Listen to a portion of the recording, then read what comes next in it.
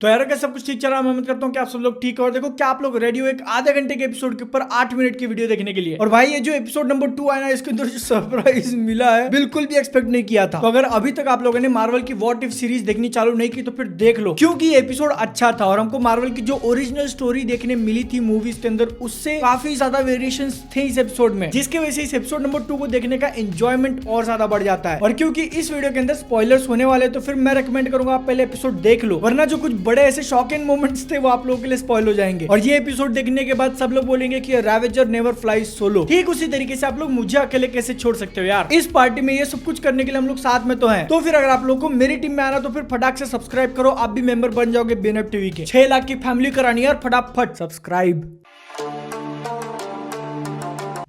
तो देखो मार्वल की व्हाट इफ एपिसोड नंबर 2 के अंदर हम लोग को मेन स्टोरी दिखाई है कि अगर क्या होता यॉन्डू पीटर क्विल के बदले किड टिचाला को अर्थ से उठा लेता। मतलब कि बेसिकली स्टार लॉर्ड की जगह पे हम लोग ब्लैक पैंथर रख ले तो फिर स्टोरी कहां जाएगी। और जो स्टोरी हम लोगों को इस एपिसोड नंबर 2 के अंदर दिखाया ना, उसको देखने के बाद पहला कंक्लूजन तो ये निकलता है कि भाई पीटर क्विल कतई क्या इंसान है, क्योंकि उसकी जगह जैसे ही टिचाला ने ली, मार्वल सिनेमैटिक यूनिवर्स की दुनिया ही बदल दी। आप लोगों ने अगर एपिसोड देखा तो फिर आपको पता है मैं किसकी बात कर रहा हूँ। एपिसोड नंबर 2 के स्टार्टिंग में हम लोग मोरैग नाम के प्लेनेट पे, जो कि हम लोगों को guardians of the Galaxy movie के स्टार्टिंग में भी दिखा था। और सेम ये वही सीन है जिसके अंदर पीटर क्विल यानी कि स्टार लॉर्ड जाता है पावर स्टोन चुराने के लिए। और देखो जब इस सीन में ये वाला बंदा आता है ना, मैं ऐसा एक्सपेक्ट कर रहा था कि ये बोलेगा स्टार लॉर्ड लेकिन भाई ये तो उसको पहले से ही जानता है, उसको पता है स्टार लॉर्ड कौन है। मजा आ गया देख के।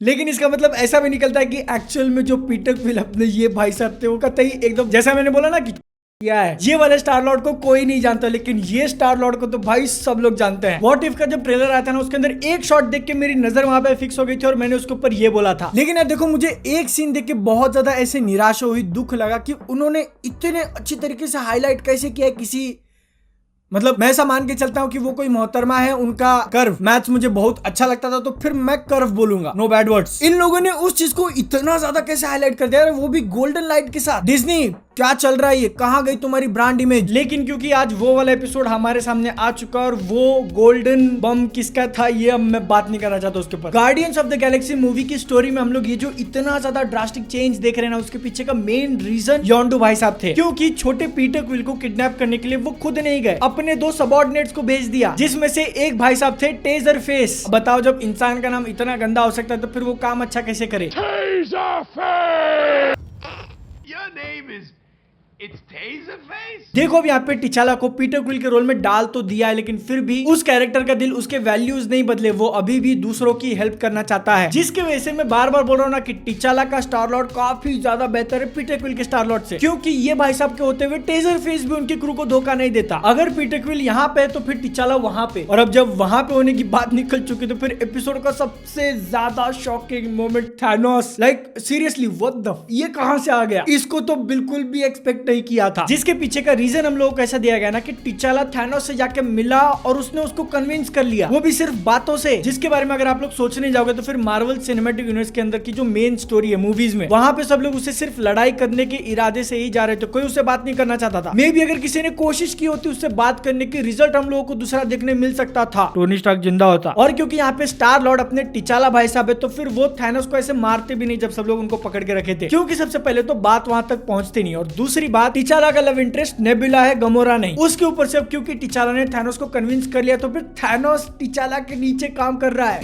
किसी भी बंदे ने ऐसा एक्सपेक्ट किया था कि थैनोस भाई साहब किसी दूसरे बंदे के नीचे काम करेंगे, और अब क्योंकि थैनोस भाई साहब ने अपना मकसद छोड़ दिया आधी दुनिया को खत्म करने का, तो उनकी जगह ले ली है कलेक्टर ने। ये नहीं बे, द कलेक्टर की मैं बात कर रहा हूँ। और मतलब की मूवीज वाली स्टोरी में द कलेक्टर खुद इन्फिनिटी स्टोन्स कलेक्ट कर रहा था, तो इस बात की एक्चुअल पॉसिबिलिटी बन जाती है कि थैनोस कटने के बाद वो उसकी जगह ले सकता है। और मतलब यहाँ पे कितनी आयरॉनिक बात है ना कि मूवीज के अंदर थैनोस ने खुद जिस कलेक्टर को मारा था, उसी कलेक्टर ने अल्टरनेट यूनिवर्स के अंदर थैनोस की जगह ले ली। एवेंजर्स इन्फिनिटी वॉर और एवेंजर्स एंड गेम के अंदर हम लोग को जो चिल्ड्रन ऑफ थैनोस दिखे थे, दूसरा और कुछ तो नाम था ना, ब्लैक ऑर्डर ऐसा कुछ, तो ये लोग जो है ना बिल्कुल मूवीज की तरह इस एपिसोड के अंदर भी एकदम यूजलेस साबित हुए। लेकिन जो Thanos versus the black order की फाइट दिखाई है वो थोड़ी बहुत इंटरेस्टिंग जरूर थी। इसके ऊपर से एपिसोड नंबर 2 के एंड में हम लोग को कलेक्टर जिस जगह पे दिखता है उसके एज के अंदर, मूवीज में भी एकदम लास्ट टाइम हमको वो उसी जगह पे दिखा था। व्हाट इफ एपिसोड नंबर 2 में हम लोग को new guardians of the Galaxy से मिलाया गया है थैनोस के साथ। लेकिन थोड़ी बहुत चेंजेस जरूर की गई है मूवी से अगर हम लोग कंपेयर करें तो, जैसे कि नेबुला इस बार बालों के साथ आई है, थोड़ी डिफरेंट जरूर लगती है।